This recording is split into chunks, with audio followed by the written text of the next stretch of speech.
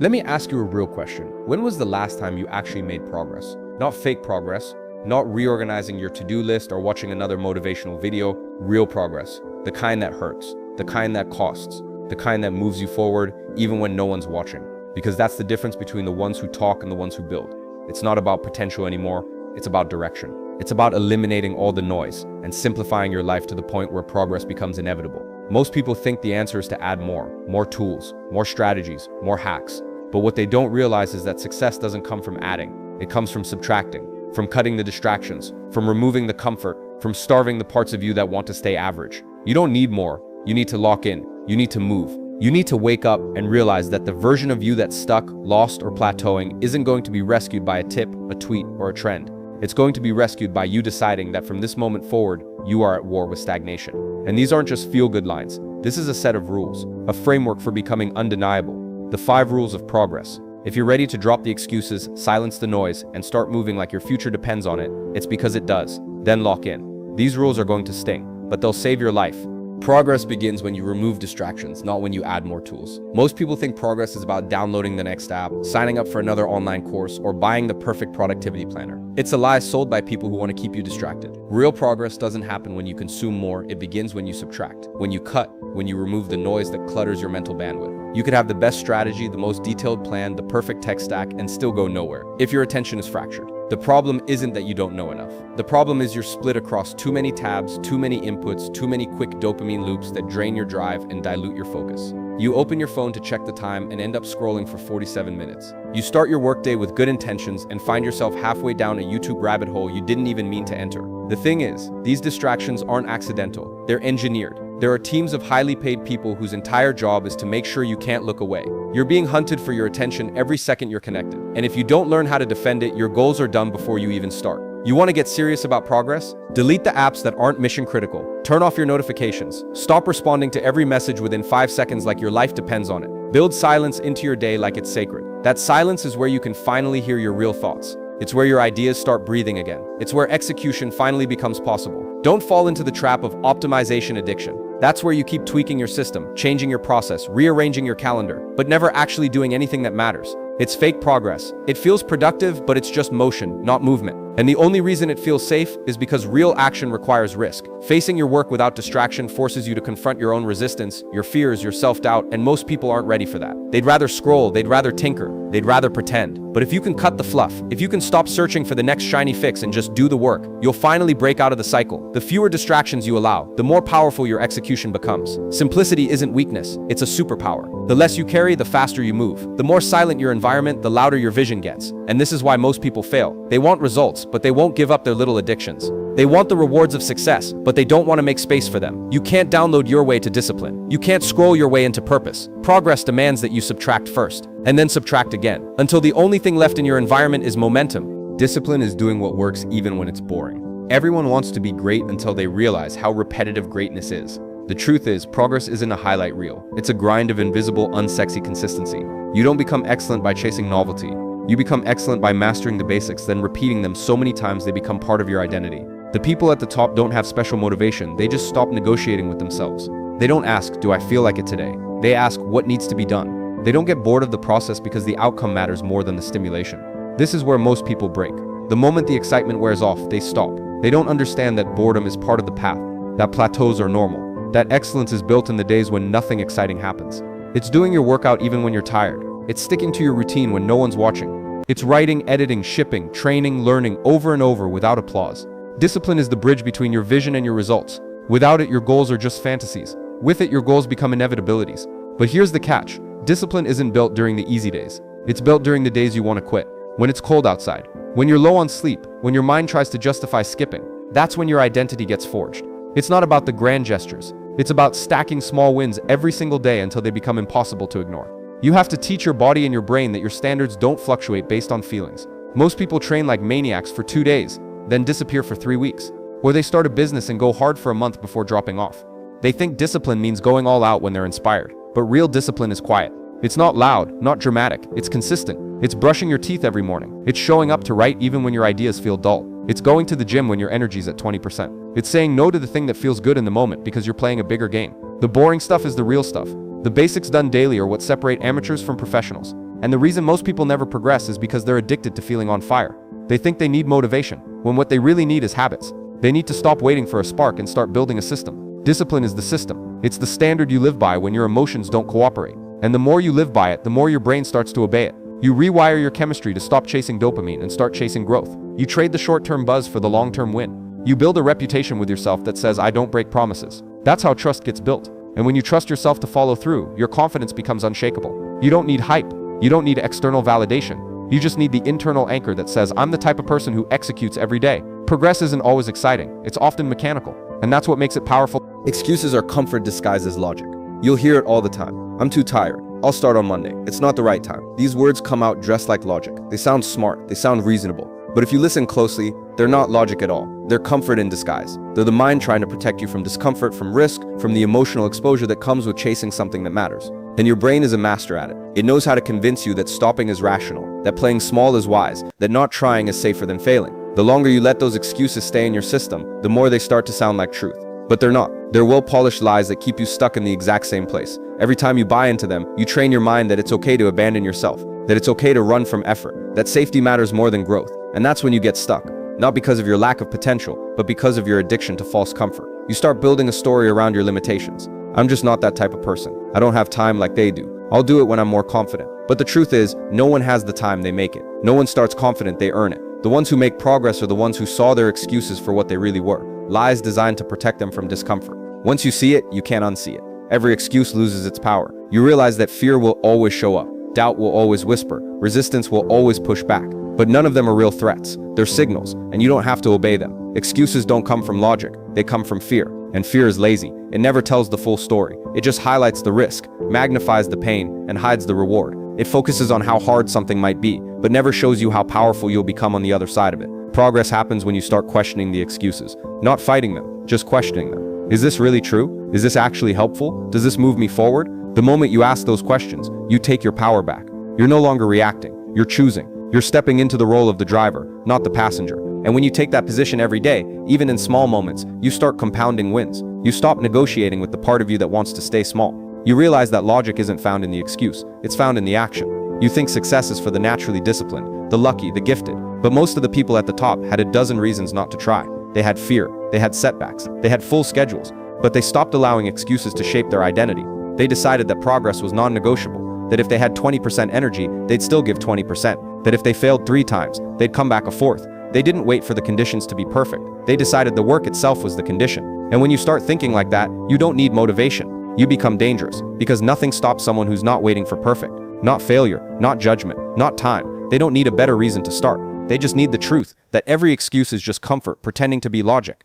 Responsibility is the price of real transformation. If you're serious about making real progress, the first thing you need to do is kill the habit of blame. Blame is a luxury you can't afford. It's the fast food of the mind. It tastes good in the moment, but it makes you weak long term. When something goes wrong, the average person looks around. They blame their boss, their parents, their friends, their upbringing, their environment. They point in every direction except the mirror. But the elite, they do the opposite. They don't care whose fault it is. They ask, what's my responsibility here? Because responsibility is the lever of power. The moment you claim it, you stop being a victim of your circumstances and become the architect of your results. That shift is the foundation of every transformation. You can't change what you refuse to own. And most people are terrified to own everything, because the moment they do, there's no one left to blame. And that means there's nowhere to hide. But that's also where freedom begins. Responsibility doesn't mean guilt. It doesn't mean beating yourself up. It means owning your choices, your habits, your energy, your effort. It means recognizing that you may not control everything, but you control how you respond to everything. And in that response is your power. It's easy to say, I didn't have support, or I didn't have the right tools,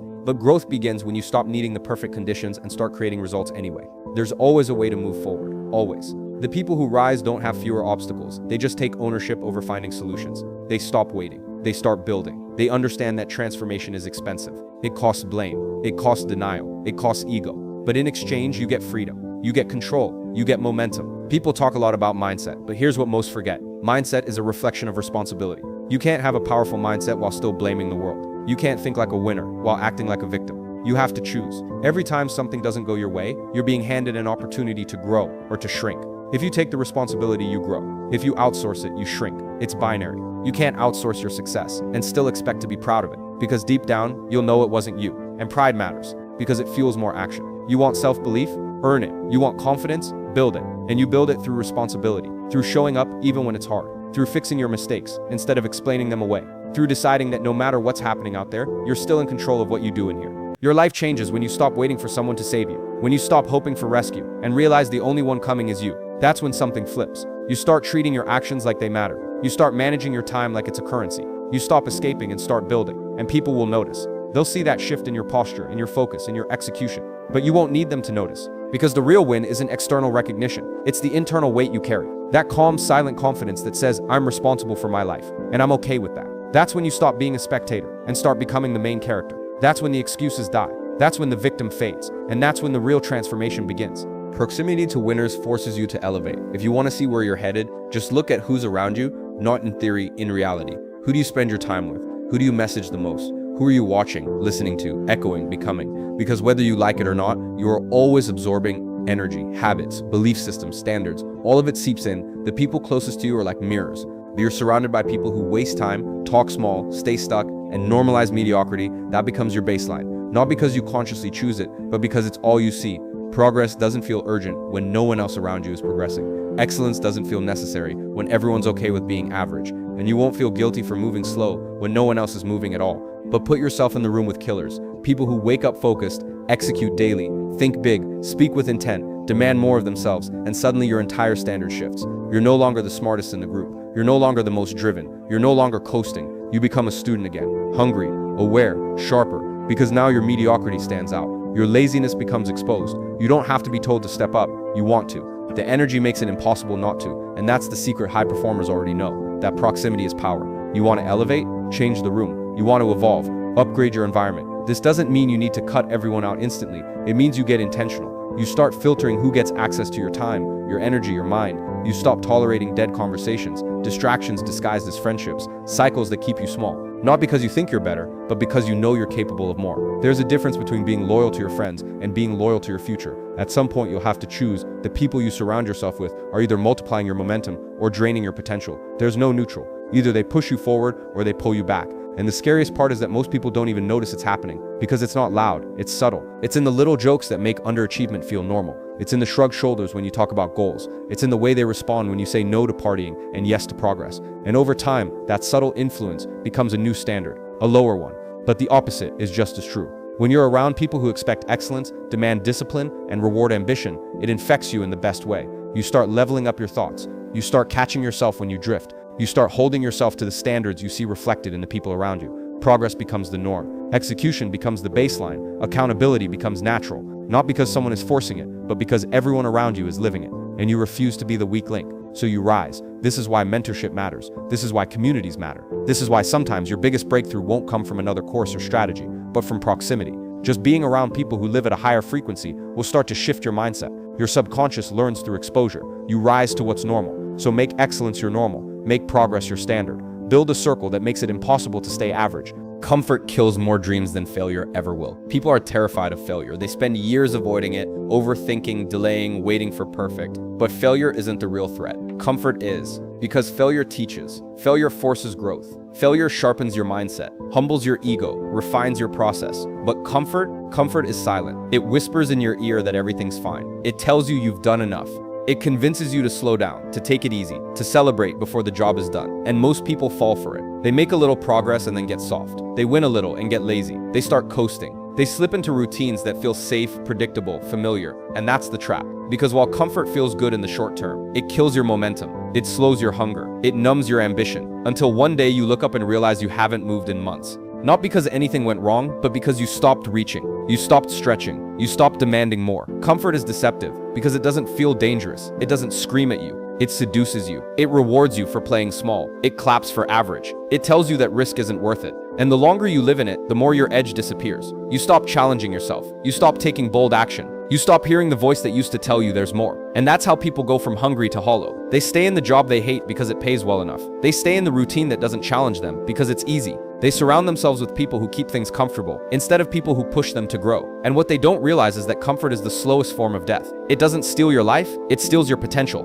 Quietly, day by day, in small decisions that seem harmless but add up to a life you never intended to live. And the scariest part is that the more comfortable you get, the more afraid you become of discomfort. You stop taking risks. You stop seeking challenge. You start building your entire identity around staying safe.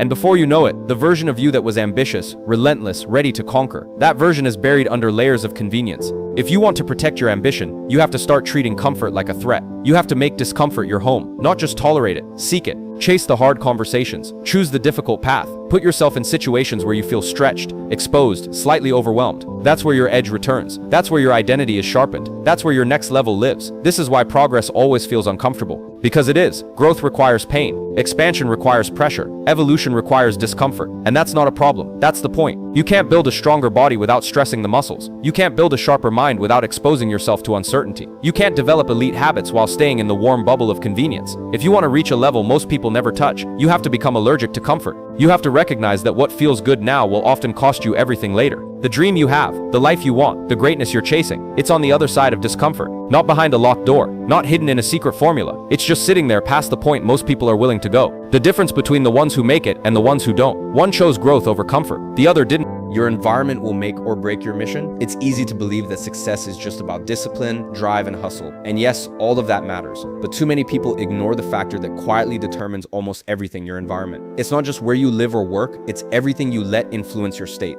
Your environment is the air you breathe, the energy you absorb, the noise you allow into your mental space. And it's either pulling you forward or dragging you down. There's no middle ground. Most people don't realize they're fighting two battles at once. One is the internal war of self-doubt, laziness, distraction. The other is the external environment that either feeds those battles or weakens them. You can have the best mindset in the world, but if your environment constantly drags you into comfort, mediocrity, chaos, you will break. Not because you're weak, but because environment always wins long term. If you're surrounded by complaining, procrastination, clutter, and low standards, you eventually start mirroring that. It happens subconsciously. The longer you stay in it, the more normal it becomes. And once something feels normal, your standards begin to erode without you noticing. But if you build an environment that supports your growth, one that feeds your energy instead of draining it, everything starts to change. You stop fighting so hard for momentum, because momentum becomes natural. You don't need to force motivation every morning, because your surroundings already pull you into motion. Your tools are where they need to be. Your space is clean, your time is protected. The people around you speak like winners, act with intention, treat discipline like air. That kind of space doesn't just support progress, it multiplies it. You wake up sharper, you execute quicker, you think clearer, and more importantly, you start becoming proud of your surroundings because they're a reflection of the person you're becoming. You realize that building the right environment is not a luxury, it's a necessity. It's not a productivity hack, it's a survival strategy for your future. You start paying attention to what's in your field. What you hear, what you see, what you touch, every notification you allow is a brick in your mental wall. Every friend you tolerate is a reflection of your future. Every item in your room, every tab on your screen, every distraction you permit is part of the battlefield you either win or lose. And this is where the real work begins. Not in doing more, but in eliminating what no longer serves you. You audit your setup, you optimize your inputs, you change the lighting in your room, the placement of your tools, the layout of your day.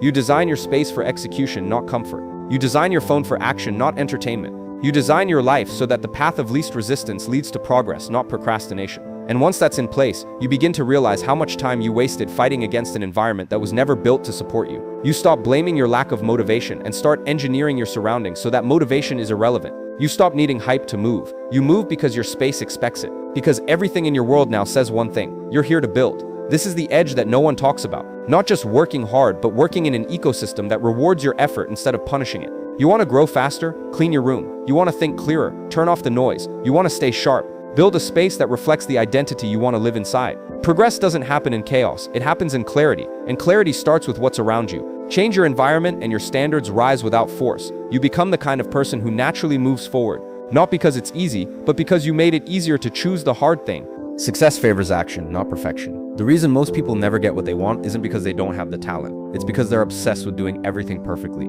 They've been brainwashed to believe that every move has to be flawless. Every plan has to be airtight. Every step has to be calculated before they make it. But that mindset kills momentum. It paralyzes execution. It creates a loop where people are constantly preparing but never launching, planning but never building, dreaming but never moving. The truth is, perfection is a myth. It doesn't exist. And chasing it is just a sophisticated form of procrastination. It's fear wearing a mask. Fear of judgment. Fear of failure. Fear of being seen as less than. So instead of shipping version 1, people spend years trying to build version 10 in the shadows.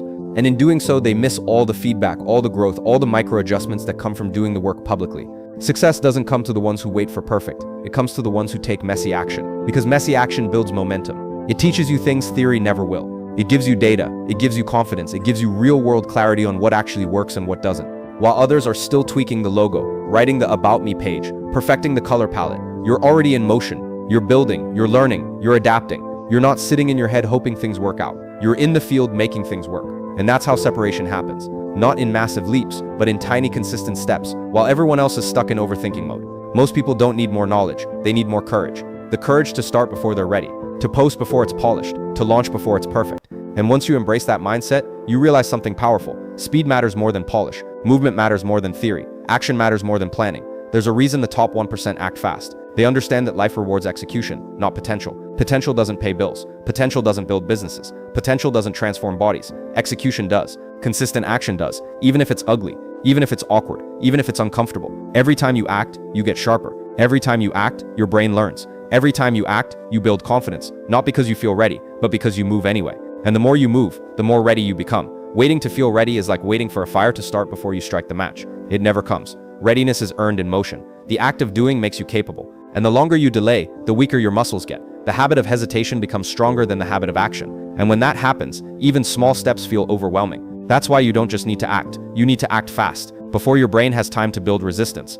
before perfection has time to convince you that version 1 isn't good enough. This is the difference between winners and watchers. Winners move, watchers wait. Winners publish, watchers polish. Winners learn in real time. Watchers consume for years and still doubt themselves. So stop romanticizing perfection. Start worshiping progress. Start measuring your growth by output, not ideas. The world doesn't reward the most prepared. It rewards the most courageous. And the courage to act, to launch, to try, to stumble, to get back up, to iterate out loud, that's what builds unstoppable momentum. Every result you want is on the other side of action. Not talking, not dreaming, not planning. Action. Victim mindset is the anchor of mediocrity. There is no faster way to guarantee a life of regret, stagnation, and underachievement than to adopt the victim mindset. It's one of the most toxic belief systems a person can internalize because it convinces you that nothing is your fault, everything is out of your control, and the world owes you something. It feels safe, even righteous. You blame your parents, you blame your boss, you blame society, the algorithm, the economy, the weather. You build an entire identity around being the one who was wronged, overlooked, mistreated. And for a while, it feels like a warm blanket. You wrap yourself in it to avoid taking ownership because ownership is heavy. Ownership means confronting the fact that you've wasted time, that you've made weak choices, that you've been distracted, lazy, soft. But that confrontation is exactly what most people run from. So instead, they default to victim mode. They build a narrative that lets them off the hook. And the more they repeat it, the more real it feels. But here's what the victim mindset never tells you. It steals your power. It robs you of your ability to change. Because if everything is someone else's fault, then nothing is within your control. And if nothing is within your control, then why even try? That's the internal dialogue of the average. They justify staying small by blaming big. They think that if the world didn't give them a handout, they had no chance. And what they don't see is that they've become addicted to being helpless, addicted to being seen as the one who had it the hardest. It becomes a competition of who suffered more, instead of who's building more. Meanwhile, the winners are quiet. They don't broadcast their pain, their trauma, their hardship. They use it as fuel. They take every punch and turn it into pressure. And under pressure, they sharpen. They rise. Because they understand something the victim never will. No one is coming to save you. No one is going to feel bad enough for you to change your life. And if you want it to change, you have to change it. Responsibility is the cure.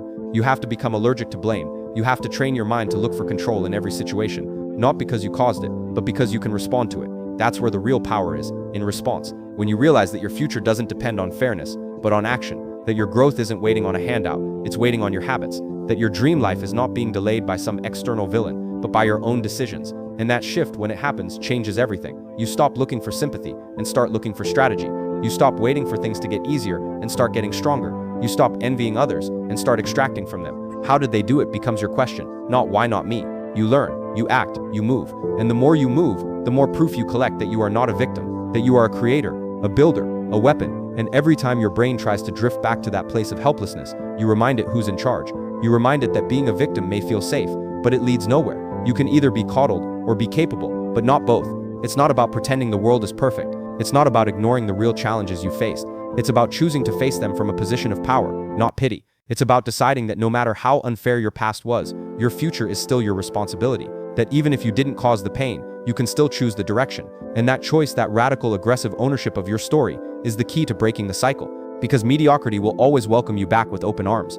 But greatness demands that you leave the victim behind, forever. Every day is a vote for who you want to become. You don't become disciplined in one day. You don't become elite after one big decision. You don't become successful because of one lucky break. Progress doesn't happen in explosions. It happens in votes. Small, daily, unremarkable decisions that stack. Every time you get up early, every time you train, every time you push through resistance, every time you choose discomfort over ease, you're casting a vote, not for your goal, but for your identity, for the version of you that you're trying to build. And the scary part, every time you snooze the alarm, every time you skip the reps, every time you let fear win, every time you numb out instead of lock in, you're also casting a vote for a different identity, a weaker one, a softer one, a version of yourself that settles, delays, distracts. Most people think they're either on track or off track, like it's binary, but it's not. It's cumulative. You're never standing still. You're either reinforcing the identity you want or the one you're trying to escape. And the votes are small. That's why they're dangerous. Because it's easy to justify skipping one workout. It's easy to justify one day of bad food, one day of mindless scrolling, one day of ignoring the mission. It doesn't feel like a big deal. But those days stack. They become weeks, then months, then years. And one day you wake up and realize you didn't get off track because of some massive failure. You got off track one small vote at a time. On the flip side, that's also your way out. Because success stacks the same way. One message sent, one task done, one workout finished, one chapter read, one video filmed, one hard decision followed through. That's the compound effect. The thing nobody wants to talk about because it's not sexy, it's not viral, it doesn't look impressive in the short term. But over time it wins, always. The people you admire, the ones who seem like they're on another level, they didn't just decide to be great. They voted for it, relentlessly, privately, repeatedly, until the votes became so overwhelming they had no choice but to become what they kept proving. This is where power is built. Not in the big emotional moments, but in the boring ones. When no one's watching, when you don't feel like it, when it would be so easy to justify slacking. But you don't. You vote, you pick up the book, you open the dock, you put on the shoes, you make the call. And in doing that, you send a signal to your brain. This is who I am now. You rewire your identity through action, not intention. You show yourself what you care about by what you choose. You prove what matters by what you do. And if you keep choosing the hard thing, the high standard, the higher path, day after day, eventually you look back and realize you've built someone unrecognizable to your former self. But it's a daily game. That's the hard truth. You don't earn an identity and then coast. You vote every day. You can't build momentum once and expect it to last. You must re-earn it. You must recast the vote, and you must treat every decision like it matters, because it does. Every time you say, not today, you delay the person you could have been. Every time you say, I'll start next week, you rob yourself of progress. But every time you lean in, even a little, you accelerate. You climb, you step closer. You begin to embody the identity you've been visualizing. And soon, it's no longer just a vision. It's real. You don't need to convince anyone. You live it. You are it. Because you kept voting, quietly, aggressively, without applause. And eventually the world will see what you already knew. You became what you kept proving, one vote at a time. You're not going to become the person you want by accident. No one wakes up elite. No one stumbles into greatness. Every move you make is shaping who you are. Every decision is a vote. The food you eat, the conversations you tolerate, the time you waste, the content you consume, the standards you accept, all of it is leading somewhere. So where are you headed? Because here's the truth. You don't rise to the level of your vision. You fall to the level of your habits. And your habits are nothing but the sum of the choices you make daily. This life you're building or not building was never about luck. It's about alignment. It's about showing up for the man you said you wanted to be. And if that man is sharp, disciplined, focused, relentless, then the version of you sitting still, scrolling, waiting for perfect, he's the enemy. You have to kill him. You have to outwork him. You have to vote against him every single day until his voice goes quiet and yours gets louder. This is your life, not in theory, in reality. So stop acting like you have time. Start moving like every day is your chance to become the most dangerous, capable version of yourself. Because it is.